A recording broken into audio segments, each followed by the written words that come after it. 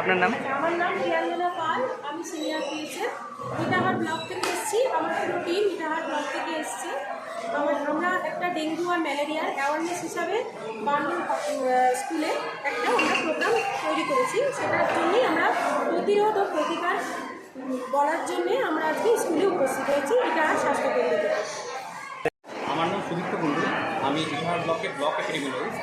আমরা আজকে বেসিক্যালি এই অ্যান্টি ডেঙ্গু মান্থ এবং অ্যান্টি ম্যালেরিয়া মান্থ উদ্দেশ্যে এই বানবল স্কুলে আসা। আমরা ছাত্রদের মাঝখানে এটা বোঝাতে চাইলাম যে কী করে আমরা খুব সহজে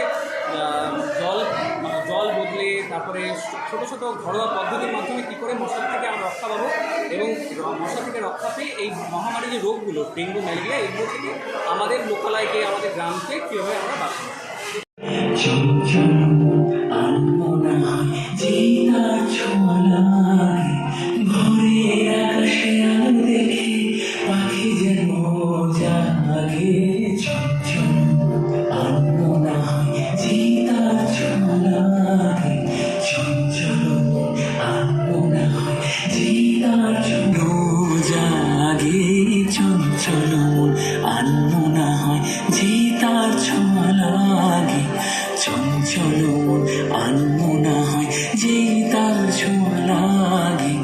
ভোরের আকাশে আলো দেখে পাখি যেন জাগে, চঞ্চল মন আনমনা হয় যে তার ছোঁয়া লাগে।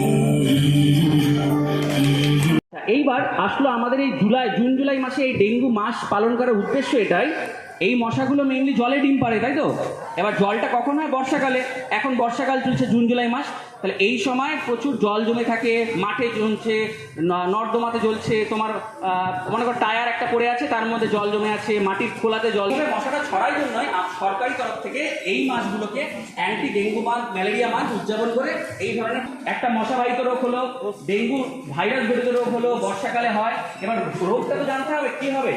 তাহলে ডেঙ্গু রোগ হলে প্রথমে যেটা আর 5টা রোগে হয়, জ্বর হয়। এখন হবে প্রচণ্ড পরিমাণে জ্বর আসে, গা হাত পার গাটে গাটে ব্যথা করবে। আমাদের গাঁট কোনগুলো? হাঁটুতে, কনুইতে, এই কবজিতে, সব গাটে গাটে ব্যথা করবে।